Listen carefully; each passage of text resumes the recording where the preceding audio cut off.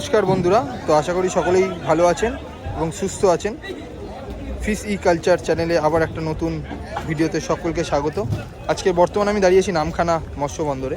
তো দেখা যাক এই নামখানা মৎস্য বন্দরে কী কী মাছ এসছে আমাদেরকে দেখাচ্ছি, দেখতে থাকো চ্যানেলটা আমাদের।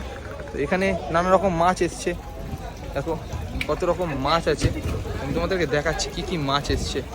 ওখানে চিংড়ি রাখা আছে, এখানে পমফ্লেট, অনেক রকম মাছ আছে। ভিডিওটা তোমরা দেখতে থাকো, তোমাদেরকে আমি দেখাচ্ছি কি কি মাছ এসছে।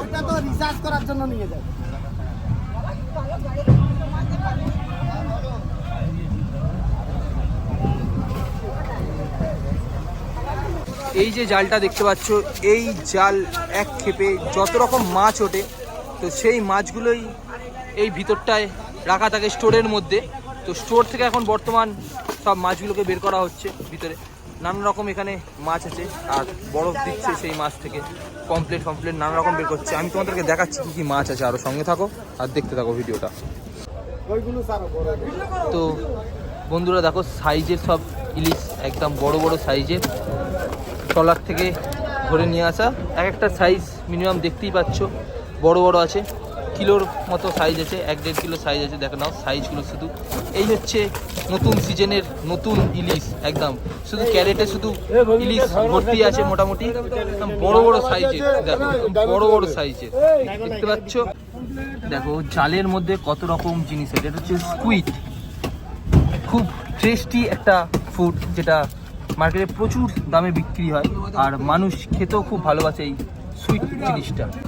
এই যে ক্যারেটে যে ইলিশগুলো আছে, সেগুলোকে আবার স্টকে রেখে দেওয়া হচ্ছে এখন, যাতে মাছটা নষ্ট যাতে না হয়।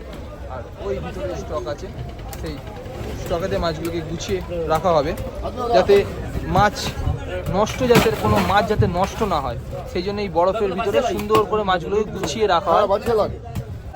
বন্ধুরা দেখলেন আজকের কত মাছ পেয়েছে এই দাদারা। এই ট্রলার নিয়ে গেছিলো গভীর সমুদ্রে, সেই সমুদ্র থেকে মাছ নিয়ে ফিরেছে, প্রচুর মাছ নিয়ে ফিরেছে দাদারা।